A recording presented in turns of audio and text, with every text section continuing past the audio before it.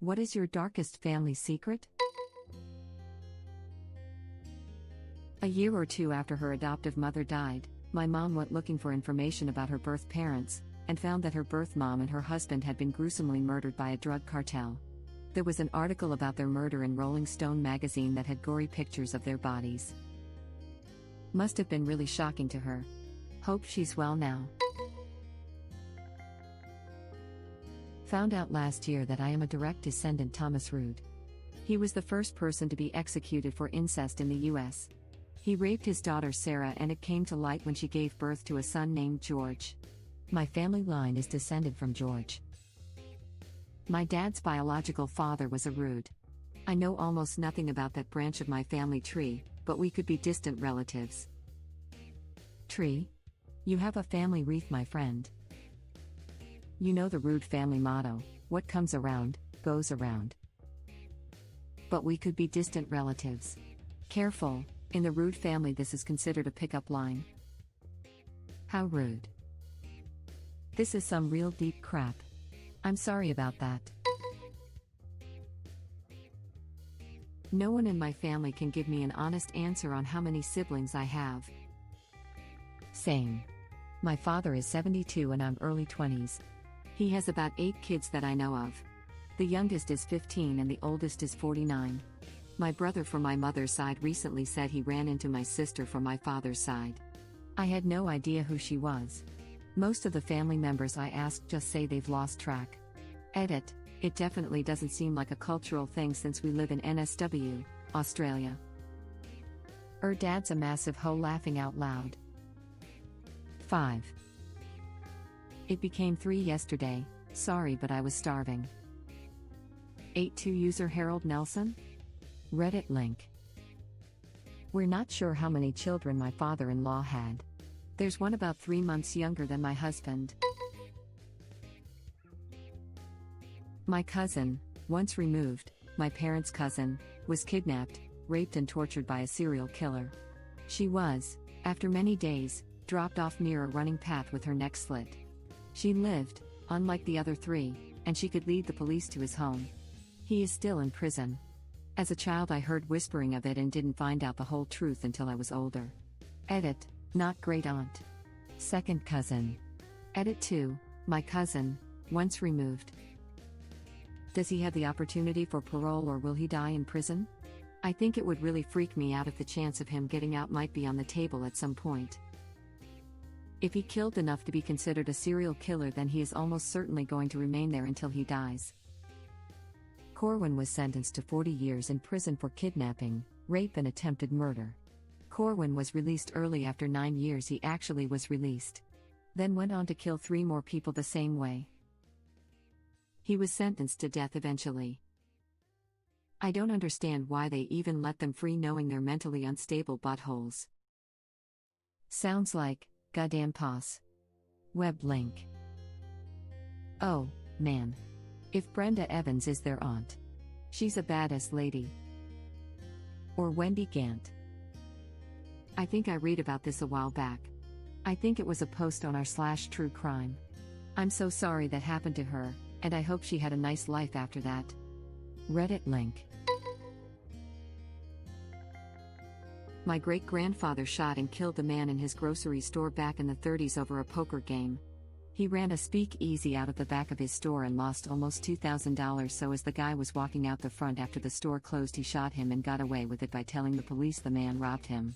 It wasn't until he was on his deathbed he told my grandfather what had happened. Edit, this was in Ohio. My great-grandfather was shot and killed over a poker game. Did this happen in Mississippi perchance?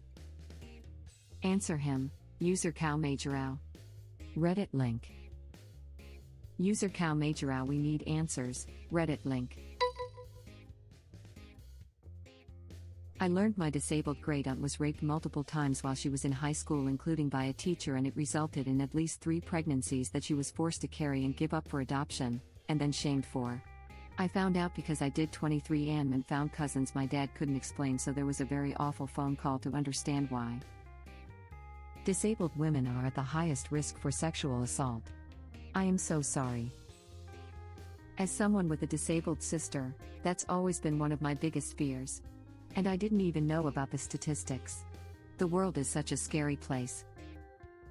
It's a really big, scary problem.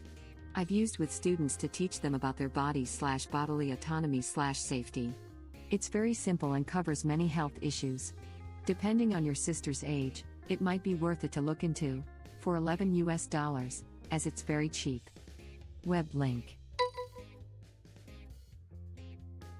In the film Driving Miss Daisy, when the chauffeur, played by Morgan Freeman, is driving Miss Daisy to worship service, they get stuck in a traffic jam. He gets out to see what the holdup is. When he gets back in, he says you won't be going to service today, somebody done bombed the temple. Hebrew Benevolent Congregation Temple, Atlanta, 1958. She says what? Who would do such a thing? My uncle, that's who. Wasn't everyone acquitted in this case? Did your uncle ever admit to doing the bombing? Was he the main suspect? Sorry, that's a lot of questions. He was one of the 5 men arrested, but not the one tried and acquitted twice. I don't know if he ever confessed, but he was definitely the black sheep of the otherwise normal family. My dad, his sisters, and my other uncle rarely mentioned him, at least not while my cousins and I were around. But when I was little, I remember one of my older cousins saying something about my uncle and a church bombing. I thought better of asking Dad about it, and basically forgot about it. Then, a few years ago, Elle was listening to the Missed in History podcast, and they did an episode on the bombing. When they listed the names of the men that were arrested, a giant light bulb went off in my head. Well, that's an interesting way to learn about family history. Yes, initially, but then like 20 or 30 years later one was convicted. The others died of old age before they were brought to trial. One family member killed another by leaving a bag of poisoned donuts on the front steps. We are now hesitant about accepting donuts. Where do you live with such frivolous donut dispersion? That's what I wondered. Me, I rarely get offered donuts. I'm just imaging your whole family being skeptical about ever being offered a donut, and it has made me chuckle. Sorry for you loss though. My mom walked in on my uncle servicing the best man the night before he married my aunt. This was the mid-1960s, so being bi or gay wasn't something many people admitted to. She said nothing to anyone, only told my dad years later. Edit, wow, this blew up. I thought about deleting it because it's not really a dark family secret. Thank you for the nice comments and awards. Did the marriage last? They just celebrated their 57th anniversary, actually. They're both retired teachers, they travel a lot and just enjoy life. I adore both of them, they're lovely people. Do you think she knows? Some people would get married knowing that and just truly be best friends. I think so. They truly love each other and are definitely best friends. My aunt has had some health problems the last few years, and my uncle takes amazing care of her. It's a nice love story, even if it's not necessarily conventional. That's really sweet. I'm glad they're happy together. I had an uncle who moved far away, worked in a boiler room at a huge casino, decades ago. He was always sketchy, and he had way more money than a simple boiler room employee ought to have had. Rumors that the boiler room was a really useful thing for the mob, due to boilers doubling as incinerators for certain purposes. Hence the money. Many unanswered questions there. Guess it's kind of obvious that your uncle got paid to look the other way while the mob used the boiler room to cook their pizzas. I want him thin crust. Had an uncle that was a sharpshooter in the US Navy, and there's a famous movie about a mission he was on. He was also bat crap crazy and beat his kids and was a serious hoarder. This whole thread has me wondering if becoming an uncle instantly turns you into an insane person. My dad is an uncle. Can confirm. Am an uncle, do not feel sane. Sometimes. There's a few good ones out there.